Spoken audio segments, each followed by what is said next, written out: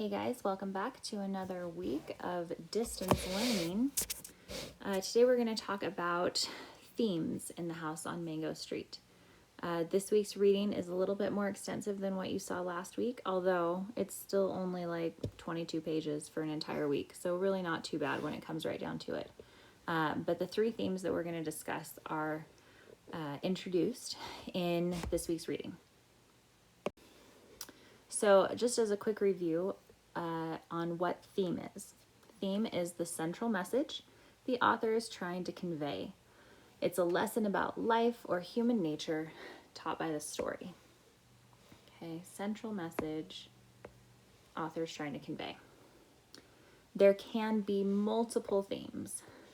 In fact, if I were to get together with a bunch of other language arts teachers who were teaching this book, we would have lots of different themes, some that we would agree on and some that we wouldn't.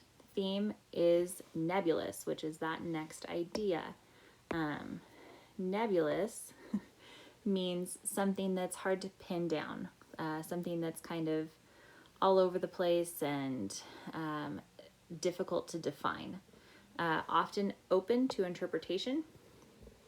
And different themes can stand out based on what personal experiences you as the reader have had, which is why reading some books, specifically books like House on Mango Street, can be so enjoyable to reread over and over again, because different things pop out. Different things seem important or seem highlighted, because you, every time you come at a book, you are a different person than you were the time before. And so you find additional meanings that maybe weren't apparent before. A theme is a statement. It is not a topic. Statement, not a topic. Now, are there topics of themes? For sure. We're going to talk about some of them today. But if I were to say, what is the theme of The Giver? An answer that I might give, or that I might expect you guys to be able to give, would be something along these lines.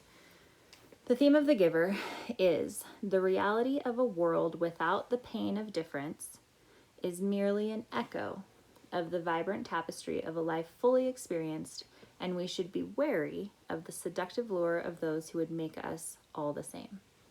So essentially, be careful if people say they're going to be able to remove differences, remove pain, remove hatred, remove prejudice, because what you get back isn't everything that you think you want.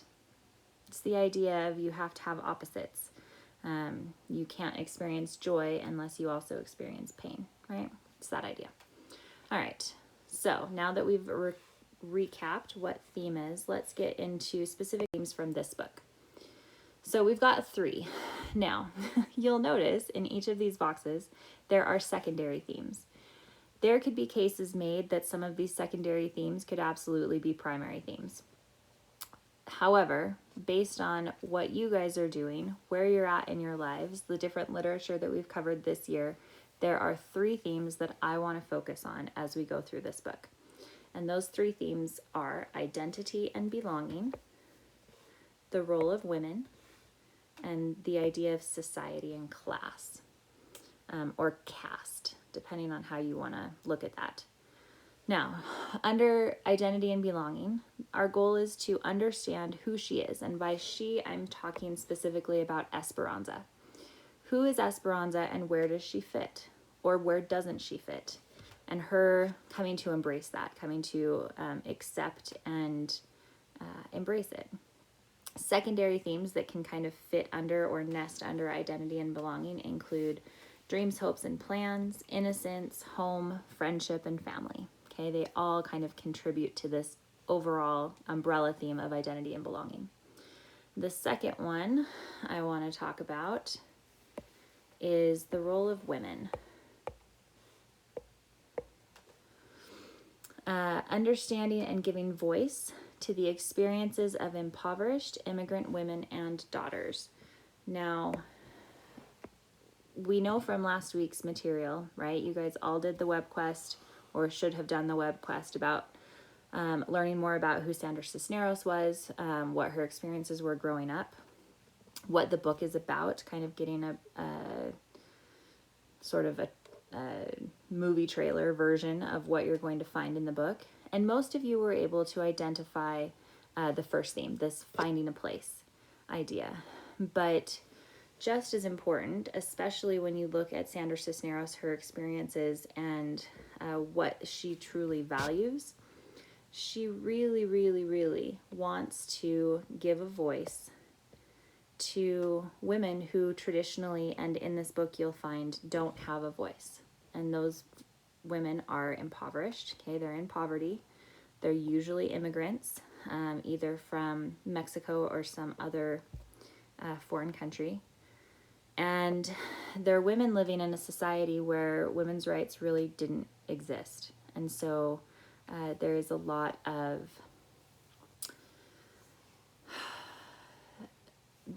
prejudice against women. There's a lot of control of women, and you will find that as we go through the book.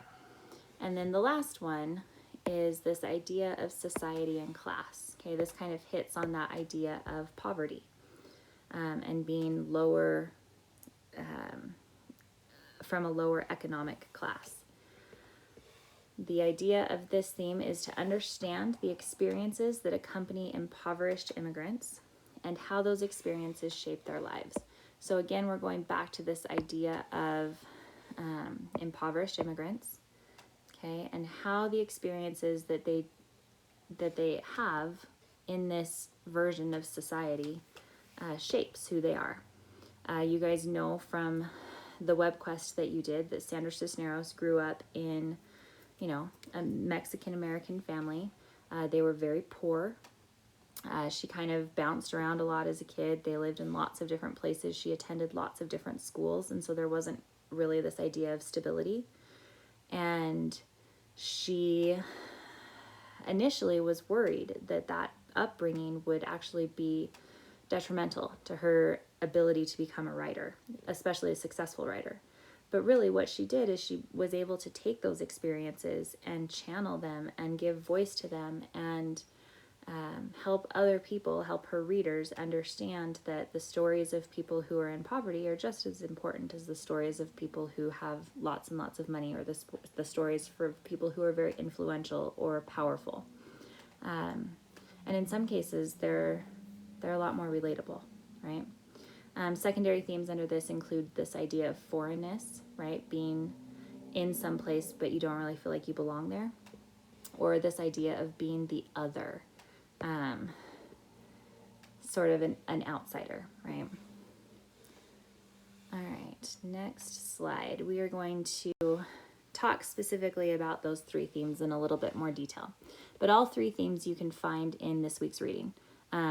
This is not all of the vignettes that you're reading for this week, and some of these are duplicated because they fit into more than one theme. But they are kind of the big ones for these themes this week. Okay, so my name, there's actually going to be an assignment with my name for identity and belonging. Kathy, Queen of Cats. Think Cat Lady, but younger. Our Good Day and Laughter, those all fit under this identity and belonging piece. The role of women, you see with the vignettes. Marin, there was an old woman, she had so many children she didn't know what to do. And Alicia, Who Sees Mice, are all good examples of the role of women and how women are treated in this situation, in this society, as well as how the different ways that Cisneros is going to portray them. And then Society and Class. Kathy, Queen of Cats, you see that again. Alicia, Who Sees Mice, you see that again under Society and Class, as well as this other one called Those Who Don't. All right, so let's talk specifically about identity. Identity is probably the biggest theme that I want you guys to get a really good sense of.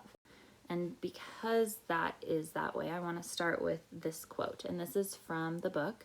This is Esperanza speaking. She says, "I like to tell stories. I'm going to tell you a story about a girl who didn't want to belong." Now, I want to focus on this word, because you guys are pretty close to the same age that Esperanza is when the book starts. I watch you guys. Well, I don't anymore because haven't seen you for a while. But in class, at school, I watch how you interact. I watch the decisions that you make. And wanting to belong is almost synonymous with being your age, being in the situations that you're in. People want to be accepted. They want to be seen. They want to be heard. So it's interesting that Esperanza specifically says, I'm going to tell you a story about a girl who didn't want to belong. She didn't want to. And the more we learn about Mango Street and the more we learn about the society that is there, you will come to understand why she didn't want to belong. But in order for her to get there, and in order for us as the readers to be taken on this journey, we have to go through, dun dun dun dun, the same thing we've been talking about all year, the hero's journey. You see it again in this book, okay? Just like all of our other texts, we will relate the hero's journey archetype to Esperanza in The House on Mango Street. It applies, go figure. Totally different type of text, totally different type of narrator, and yet this archetype is still manifest in this novel. However, since this is not a typical novel, Esperanza's journey won't be typical either. Okay, so you're going to have to bear with me because it's going to be, it's going to look a little bit different than it has. Esperanza, she doesn't win a war, right? Who's our one who wins the war? That would be Achilles. She doesn't return life to a civilization. That's Jonas over here from The Giver.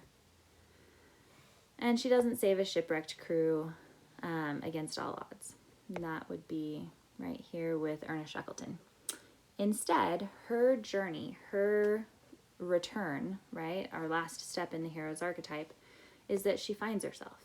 That is what she does. She achieves one of perhaps the hardest things and most important journeys anyone can take. She figures out who she is. This book is also called a Bildungsroman.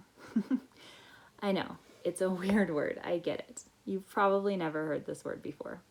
A Bildungsroman is defined as a text that focuses on the psychological and moral growth of the main character. It's a book about growing up and maturing. It's often called a coming-of-age book. There is some case that could be made to say that The Giver is also a Bildungsroman, specifically for Jonas.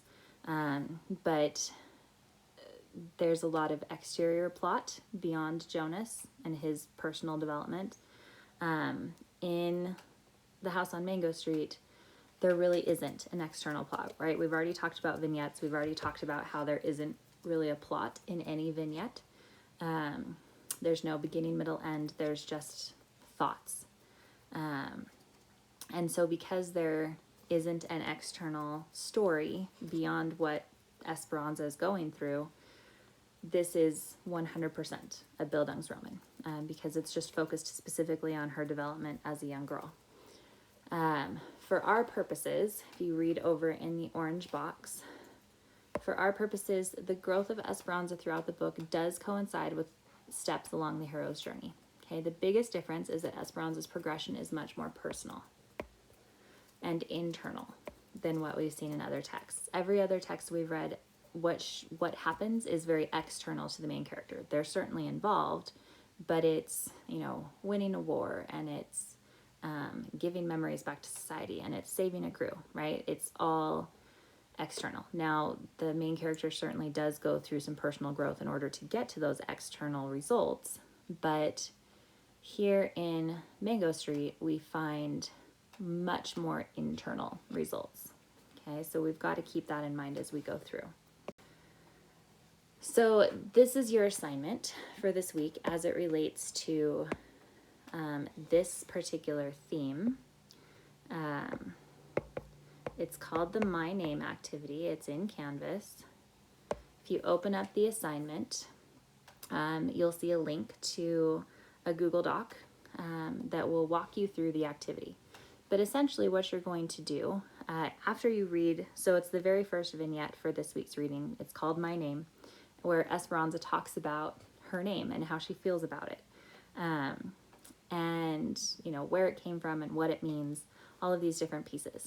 And so what you guys are going to do is you're essentially going to do some research on your own name.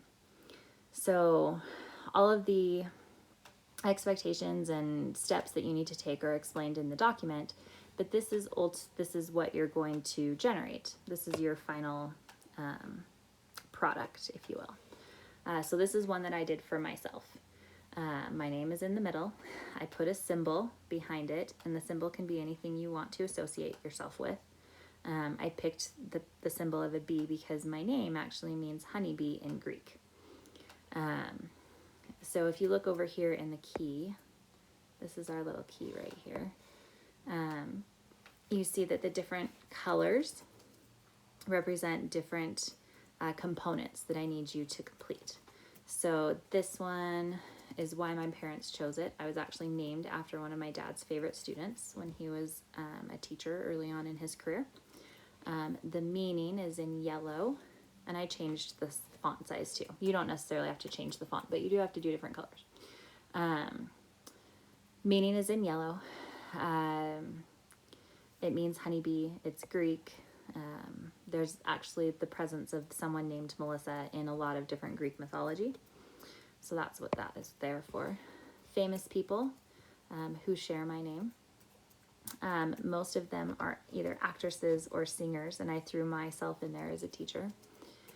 Variations of the name: Mel, Missy, Alyssa.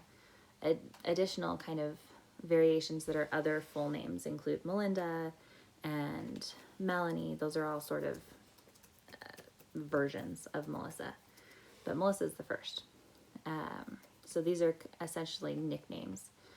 The one that I go by, or the one that I'm called most often, I put the biggest. That's this one. What it means to me. So essentially how I see my name or how I relate to my name are in the kind of reddish orange color. And then experiences I've had with my name are these two. And you would have to go through my research to find what those mean, which you will have access to once you log into the assignment specifically. Okay, but this is the final product for the My Name activity that you're going to be doing this week. All right, the next theme we're going to talk about is the role of women. It's very interesting that the dedication that Sandra Cisneros makes to the beginning of the book is to the women. Okay, that's just the dedication. You know, lots of authors put, you know, thanks to their kids or thanks to their wives or spouses. Her dedication is to the women, which obviously is a clue right away that the role of women and the presence of women in the story is going to be very important. So I'm not going to give too much away because I want you to discover a lot of this on your own, but you'll notice as you go through, especially if you're looking specifically for this role of women, that the majority of characters in the story are women, and they all portray different roles. Esperanza is influenced by them differently.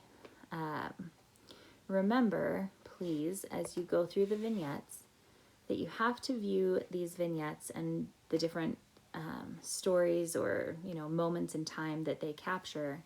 You have to view them through lenses of Esperanza's age. So how old is she, right? She's going to be young. So things that she sees or things that she experiences, she might interpret differently than someone who would be older.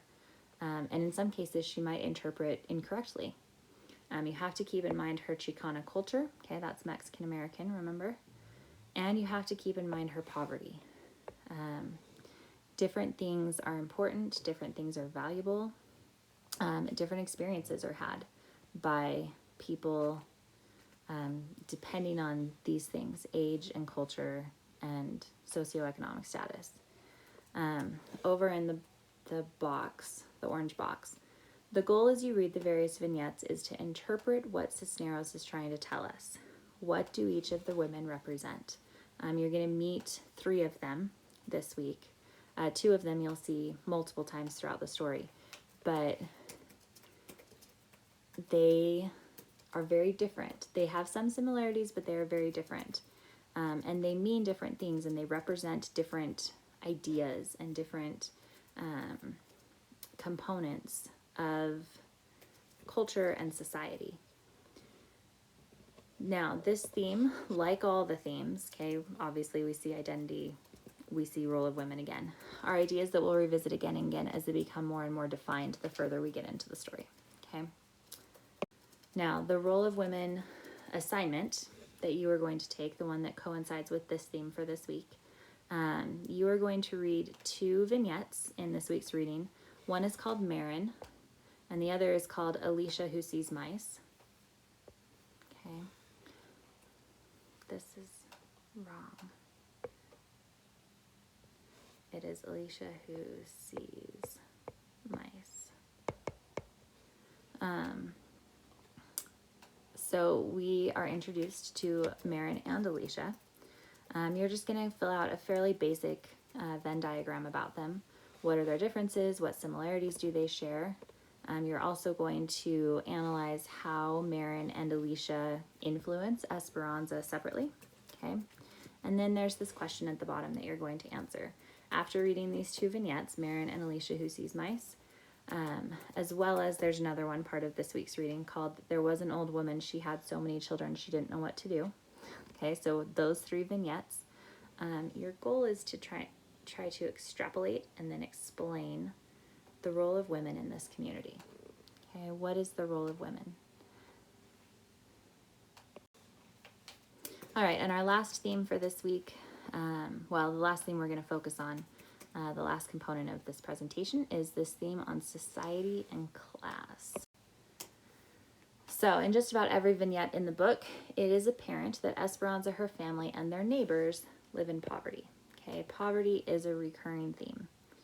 But when their version of poverty, now, what's interesting is, I don't know, unless you actually live in poverty, I don't think I would have ever realized this, that even those who live in really, really dire or desperate circumstances, there are still levels to those desperate circumstances, and you will see those levels identified in this book.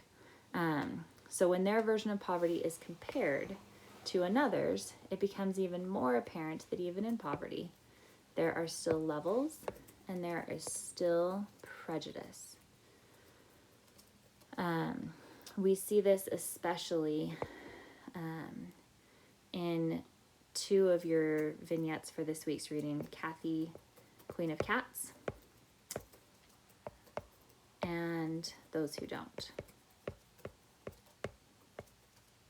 The prejudice that is apparent in both of those is, it's very subtle, the way that Cisneros writes it, but still pretty powerful. So make sure you pick up on that in those 2 vignettes. Specifically for this theme, the goal as you read the various vignettes is to interpret what Cisneros is trying to tell us. Oh, just kidding. Ignore this. I didn't update it. But essentially, what your goal is, here, let me block that out a little bit better. Don't read that. I copied and pasted, but then I didn't update it, so you can just ignore that. But essentially, your goal is to see, poverty is in almost every single one of these vignettes. You'll see it manifest in different ways. There's one on A Good Day, that vignette, where Esperanza becomes part owner of a bicycle, and she talks about how it's like the best day of her life. And she doesn't even own the bicycle outright. She just is part owner of it. Different situations like that where it's really very apparent how desperate their situation is. You saw in the vignette that you read last week about the house on Mango Street, the very first one of the story, where she talks about just the way the house is constructed. Stairs that are crooked and windows that are too small and only one bathroom, and all of these different pieces that just help you identify what level of poverty they're actually living in and how difficult that situation must be. However, you also see that while Esperanza does realize that she is poor, she really doesn't let it affect her all that much. She still has funds, she still makes friends, she still goes through the same thing everybody your age does. And so it shapes her, but she doesn't really let it hold her back. All right. Now, the assignment for this last theme on society and class is a discussion. Okay, it's just in Canvas, just a quick response. There's 2 parts to the discussion, 2 questions I want you to answer. The first is in Kathy, Queen of Cats, so that particular vignette. Kathy tells Esperanza that the neighborhood is getting bad. She doesn't elaborate on that. But the situation from the vignette and then Esperanza's interpretation of Kathy saying that will give you a little bit more insight. So what does Kathy mean by that, and what does Esperanza think she means? And then the second part I want you to answer is, how does your answer expand when you read the vignette, Those Who Don't? Okay, so Kathy, Queen of Cats is the second vignette I think that you read this week. Those Who Don't is towards the end. Additional things, you learn additional things about Esperanza, about her situation, about her friends. And then this one, Those Who Don't, gives you a whole additional level of understanding with this idea of society and class. Okay. I also am going to offer some extra credit this week on this discussion. So if you want to, you may answer this extra credit discussion post as well. You don't have to. The extra credit is these 2 vignettes, so specifically Kathy, Queen of Cats, and Those Who Don't, serve as Cisneros' first inkling of social commentary. Okay, we talked about social commentary last week. So essentially, what is Cisneros saying? What social commentary is she making in these 2 vignettes? And that will do it for this week. You guys have 1 presentation this week, and this is it. You have the My Name assignment, you have the Venn diagram assignment, and you have this discussion. And that's it as far as work goes. And then you still have your 30 minutes of iReady. Okay, so that is your workload for this week. Shoot me emails if you have questions. Obviously, you can always get on during our Google Meet times, which are always announced in Canvas. But I hope you guys are doing great and have a great week. I'll see you next time.